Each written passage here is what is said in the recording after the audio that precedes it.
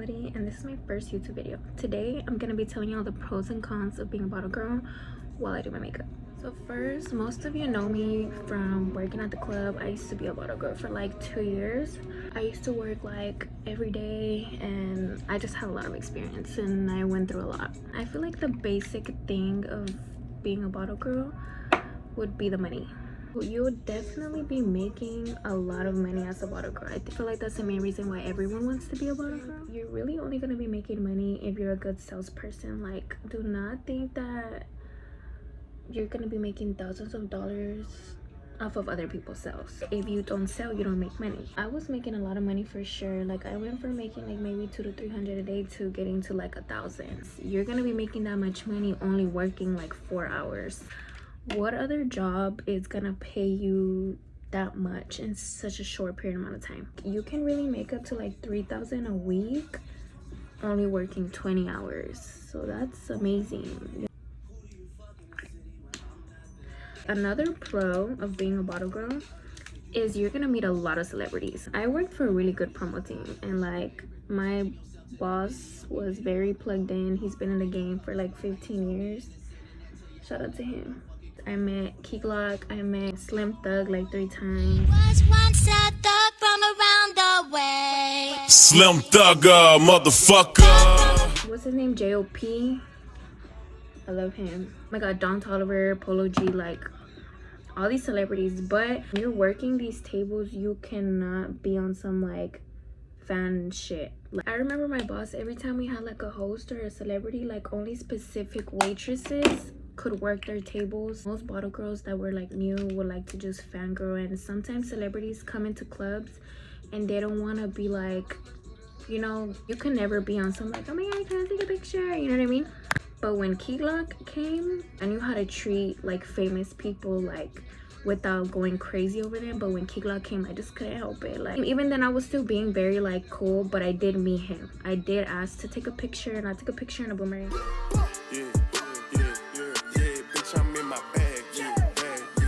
I was like, hey, like, I'm a really big fan of him, and I really am. Like, bro, I love Key Glock. I've been listening to him since like high school. Like, even if I don't get a picture, like, I still want to meet him.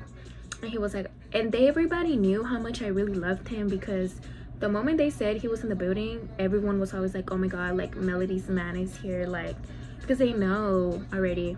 Even my boss, oh my god. And I love him for not tripping on me for asking for a picture, because everyone in the room knew that I like love him. 9 times out of 10, you really can't take pictures because you're working, and you have to be very like professional. Like, working at the club, whether you book a table or you're working people that like walk-ins, I recommend to keep in touch with every single person you serve. Every time that I worked, like whether I knew them or not, like I always try to get their Instagram or something to like stay in touch. Or like when I had very busy nights, I would give them my number and just be like, text me if you need anything. When you provide good service, like you build up a clientele, and it's like that clientele, those people are gonna want to come back and book with you. And a reason why networking and all of that is good, because this is how you build up your platform. Like, that's how I really started getting followers on Instagram. I met a lot of promoters, I met club owners from other clubs, so when I go visit them, like, they always take care of you. And it's like, networking is always important, because you never know who you're gonna work with. You never know. So it's like, that's one big perk that I got from working at the club. Now, some of the cons of working at the club. The first one that everyone says is your mental health. Working in the nightlife, you're drinking a lot. That is very draining energetically over time. It's a very fast life, like very fast money, very fast life. Pretty much self-explanatory for those who don't know. That life can be draining because you're always getting drunk, you're always going out. Some people start doing that over time, kind of builds up. You're giving up your mental health for money. When I first started, I was very okay with it, because I was like, I'm a very mental stable person, and I was. But if you don't have good balance, like, that can really get to you. Like, if you're gonna be out getting drunk, make sure the next day you cleanse your body out or sage yourself after leaving the club. Like, I'm very big on that, because if you're not the type of person that you're gonna be like cleansing yourself after the club, then I don't think you're gonna make it mentally. Another con is like the men. Like you're working with men that are paying or tipping you. You're gonna meet a lot of tricks, a lot of spenders, and most of these men are gonna go and spend a bag, but because they want you to hang out with them. I had this one guy who just he would always come. He was my regular, and he would always spend like premiums, and he was a spender, you know, and like he wanted me to hang out with him really, really bad. But then eventually, like, they can get tired of you like not wanting to hang out with them. She thinks she's special, but I'm good. I'm a bigger like I'm supposed. But another thing is like, if you meet a man at the club, right, and you make him your man, girl, he's gonna be your man this week and be another bottle girl's man next week. Do not cuff a man from the club because you're probably not the only one. That can also be mentally draining because, you know, like you're with someone thinking he's only spending money on you. Next thing you know, he's booking with another bottle girl, and there's nothing you can do about it. Nothing. You have to just suck it up because it was just your turn. Like, now it's her turn. Be happy for her. And let's not even talk about like the women that you're probably gonna work with. Nobody in that industry is your friend. That's another thing. Like, you think you're cool with her because y'all work together all the time? No. Females will fuck you over for the right price because y'all are all there for the same reason. Like, y'all are all there trying to make a bag, and a trick can come to you today and come to her tomorrow, and she's gonna take it just like how you did. Another thing is like disrespect from men. Men just kind of expect, like, they just assume that you're a hoe, or they just assume that you, for the right price, you're gonna give it up. So you have to really be careful. Like, a lot of bottle girls do enjoy talking to like customers or like fucking with them, by all means, but they just want to fuck, and if you don't do it, someone else will. Like, for the right price. That's just really how I myself have hung out with men that I met at the club and then tried to take them serious, and then just never worked. It's never gonna work because they're hoes. If you meet them at the club, don't take them serious. But I didn't know that back then, but I'm telling y'all, do not take a man that you meet at the club serious, please. A lot of men are gonna look at you like, oh, you have to do this, like, you have to do this because I'm paying you, like, I'm gonna tip you. Don't feel pressure to do nothing you don't want to do. Your job is to sell bottles and make them drinks and pour them shots. That's it. You don't have to drink with them. You don't have to nothing. Party at your own risk. But I do not recommend drinking because some of these men can drug you. Some of these men can get you drunk and then try to take you home with them, and that's out of the club's control, and you don't get protection for that. I dated you. Why you still talking about me like me again? This industry is a very fucked up industry. Like, it is not for the weak. Like, if you don't know how to defend yourself, a lot of women are gonna think you want their man just because of the way you're dressed. And it's like, if you don't know how to fight, if you don't know how to talk, like, not that you need to fight, you're always gonna be defended by the club security, but be ready for bitches not to like you just because you're pretty and because of what you're wearing. Nobody is your friend, remember that. Do not go into the industry if you do not have an escape plan. So let me explain what that means. You're gonna basically take your lifestyle from here to over here, right? So it's like, you're gonna be making thousands of dollars and only working like 3 days a week, and you're gonna know all these people that also make money, and you're gonna have this lifestyle, right? And you're gonna live nice, you can buy whatever you want, go out to dinners, all of that. What other job can substitute that? A lot of people don't think about that. Like, if you do a bottle girl as like a side job, then yes, that's good because it's not like your main source of income. But 9 times out of 10, it becomes your main source of income because you're making so much money. I went into the industry very, very young. I had just turned 19, and I was in college, and it was very hard to do college and this because I'm telling you, like, you get used to the fast life and the fast money that makes you not want to do anything. Like, you don't want to do anything but that. The wisdom that I have now, I didn't have it back then. So a lot of people go into this and they don't have an escape plan. That's why a lot of people it's so easy to get like lost in this lifestyle, and when you do want to leave, you can't, because now you got to pay your car, you got to pay your bills, you got to keep up with a lifestyle that you were not able to afford before. And it's like, how do you get out? Nobody talks about that. Nobody does. No, I went in here not even thinking, but my plan going into this was just to build my like social media up, because I know I wanted to be an entrepreneur and a business owner. Didn't know what, but I know you need a platform for it and you need money. So I went into the industry like, I'm just gonna make a bunch of money, I'm gonna save it up, and then I'm gonna try to build my following along the way, and I managed to do that. What I managed to do without any knowledge, to me, I'm impressed. Like,